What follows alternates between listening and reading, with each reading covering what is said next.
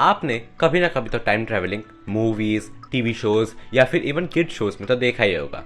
Time travel होता क्या है?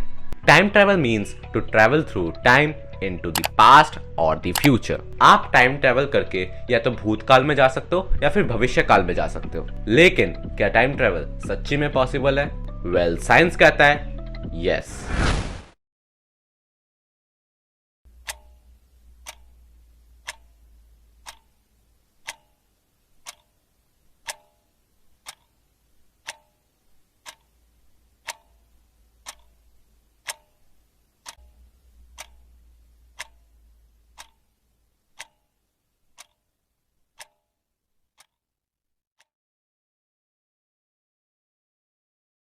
Earth one of the most gifted brain Albert Einstein ने एक थ्योरी स्टेट किया था टाइम और स्पेस के ऊपर, जिसका नाम उन्होंने रिलेटिविटी रखा था। और रिलेटिविटी थ्योरी को मैंने इस वीडियो पे कवर किया था, तो ये वीडियो देखने के बाद आप इस वीडियो को देख सकते हो। और आइंस्टाइन ने रिलेटिविटी थ्योरी में ये स्टेट किया था कि आप जितने स्पीड से ट्रैवल करोगे, समय आपके लिए उतना स्लो होता जाएगा। इसे हम लोग एक एग्जाम्पल से समझते हैं। अभी मान लो आपकी उम्र 19 साल की है। अगर सच में 19 साल की है तो बहुत बढ़िया।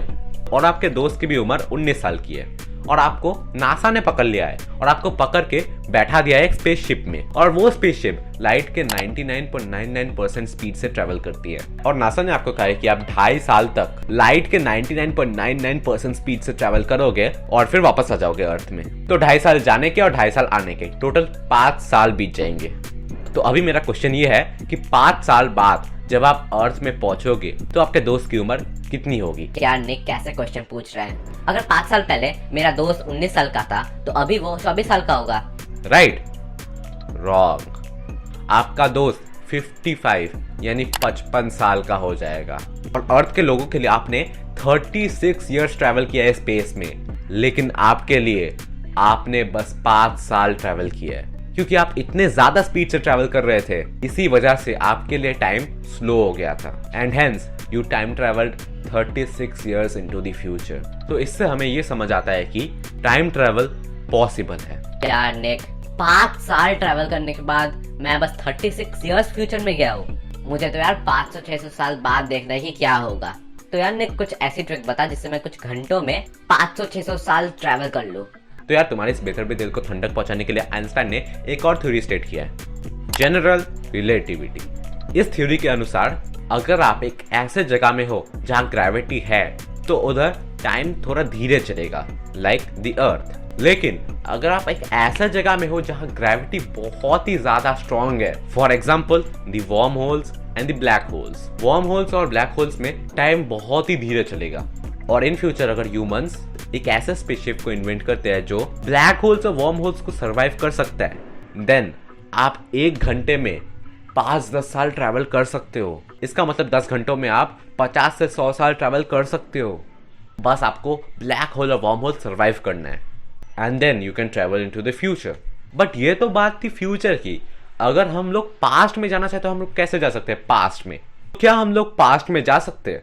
According to me the answer is no. और मेरे इस नो का सबसे बड़ा रीजन है ग्रैंडफादर पैराडॉक्स। आपने बचपन में डोरेमोन तो जरूर देखा ही होगा, और क्या पता आप अब भी देखते हो। तो डोरेमोन में एक ऐसा एपिसोड था जहां नोबिता और डोरेमोन पास्ट में अपने मॉम और डैड को देखने जाते हैं। और वो अपने डैड को देखते हैं जो बहुत ही परेशान होता है, क्योंकि उसकी शादी एक लड़की के साथ होने वाली है जिसे वो पसंद नहीं करता है और वो इस शादी को मंजूर नहीं करना चाहता है। और तभी नोबिता आता है और नोबिता अपने डैड को समझाता है कि उन्हें ये शादी क्यों करनी चाहिए। जिसे सुनकर नोबिता के डैड को ये समझ आता है कि उन्हें ये शादी करनी चाहिए। और वो जब ये शादी करने वाले होते हैं तब नोबिता गायब हो रहा होता है, जस्ट बिकॉज जिस लड़की के साथ नोबिता के डैड शादी करने वाले हैं वो लड़की नोबिता की मॉम नहीं है। और अगर नोबिता के डैड नोबिता के मॉम की जगह किसी और के साथ शादी करते हैं तो नोबिता कैसे होगा? और इसी वजह से नोबिता गायब होने लगता है। और तभी डोरेमोन अपना गैजेट यूज करता है और उन दोनों की शादी तोड़ देता है। लेकिन क्या होता अगर डोरेमोन उन दोनों की शादी नहीं तोड़ता? तो डोरेमोन अगर उन दोनों की शादी नहीं तोड़ता तो नोबिता गायब हो जाता। और अगर नोबिता ही नहीं होता तो नोबिता के डैड को कौन समझाता कि उसे वो शादी करनी चाहिए? और अगर नोबिता के डैड को कोई नहीं समझाता तो वो शादी नहीं करते। और नोबिता के डैड की मुलाकात नोबिता के मॉम के साथ होती और नोबिता के डैड नोबिता के मॉम के साथ शादी कर लेते और फिर से नोबिता हो जाता। और अगर नोबिता होता तो नोबिता फिर से पास्ट में जाता और फिर अपने डैड को समझाता कि उन्हें ये शादी करनी चाहिए, और फिर से नोबिता गायब हो जाता and the loop will continue and this is called grandfather paradox. अगर आप एक छोटी गलती भी करते हो ना पास्ट में, तो प्रेजेंट टाइम लाइन में बहुत ही बड़ा चेंज आ जाएगा।